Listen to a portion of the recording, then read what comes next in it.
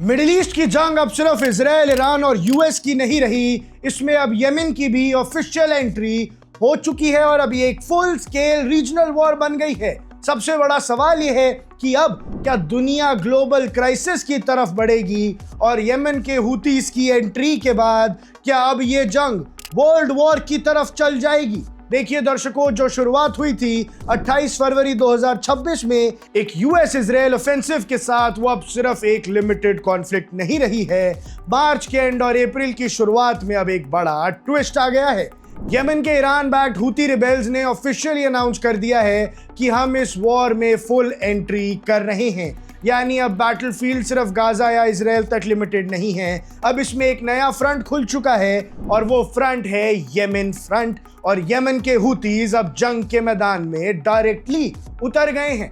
Reports के मुताबिक हुतीज ने मल्टीपल बैलिस्टिक मिसाइल्स और ड्रोन्स इजराइल की तरफ लॉन्च किए। कुछ इंटरसेप्ट हुए, कुछ ने पैनिक क्रिएट किया, लेकिन मैसेज एकदम साफ था कि ईरान अब अकेला नहीं है। ये सिर्फ सिंबॉलिक सपोर्ट नहीं, एक कोऑर्डिनेटेड मिलिट्री स्ट्रैटेजी का पार्ट लग रहा है, क्योंकि हुतीज खुद को बोलते हैं एक्सिस ऑफ रेजिस्टेंस का हिस्सा, जिसमें ईरान, हिजबुल्लाह और अब यमन एक्टिवली इन्वॉल्व हो चुके हैं। तो यानी हिजबुल्लाह और यमन के हुतीज अब साथ खड़े हैं ईरान के। 13 अप्रैल 2026 तक सिचुएशन और डेंजरस हो चुकी थी, क्योंकि हुती सिर्फ इजराइल पर अटैक नहीं कर रहे, बल्कि अब उनका फोकस है एक और जगह पर, रेड सी और बाब-एल मंडेब स्ट्रेट। ये कोई नॉर्मल जगह नहीं है दर्शकों, ये दुनिया के सबसे इंपॉर्टेंट शिपिंग रूट्स में से एक है, जहां ऑयल सप्लाई, ग्लोबल ट्रेड सब होता है। इजराइल का ज्यादातर ट्रेड इधर से ही जाता है, बाब-एल मंडेब से, और स्ट्रेट ऑफ हॉर्मुज ईरान के कंट्रोल में, बाब-एल मंडेब हुतीज के कंट्रोल में। तो जब चाहे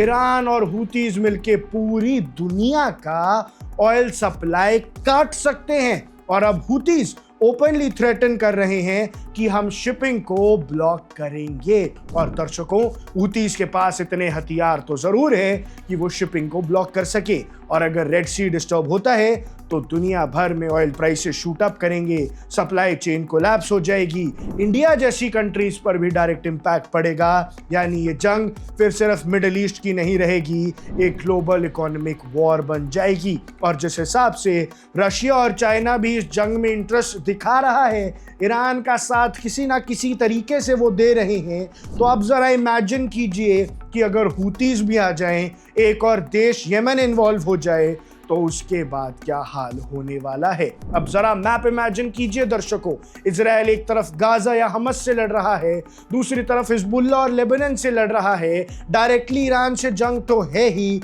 और अब यमन के हुतीज भी एक्टिव हो गए हैं। यानी हर तरफ से इजराइल घिर गया है, और अमेरिका तो बोरिया बिस्तर बांध के चला जाएगा, लेकिन इजराइल अब आगे कैसे सरवाइव करेगा एक मल्टी फ्रंट वॉर में। और हिस्ट्री ये भी कहती है, जब एक रीजन में इतने फ्रंट्स ओपन होते हैं तो कॉन्फ्लिक्ट कंट्रोल से बाहर जरूर जाता है।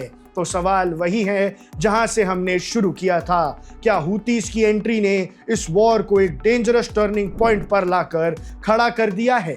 यमन की एंट्री से अब ये जंग पूरी तरह बदल चुकी है, और अब अगर रेड सी ब्लॉक होता है तो पूरी दुनिया पे इकोनॉमिक क्राइसिस आ जाएगा। और ये सिर्फ एक वॉर नहीं, चेतावनी होगी ग्लोबल इंस्टेबिलिटी की। आपको क्या लगता है, आपकी क्या राय है, हमें कमेंट सेक्शन में जरूर बताइएगा। अब दिख रहे हैं वन इंडिया, मैं हूं आकर्ष Kaushik. Subscribe to One India and never miss an update. Download the One India app now.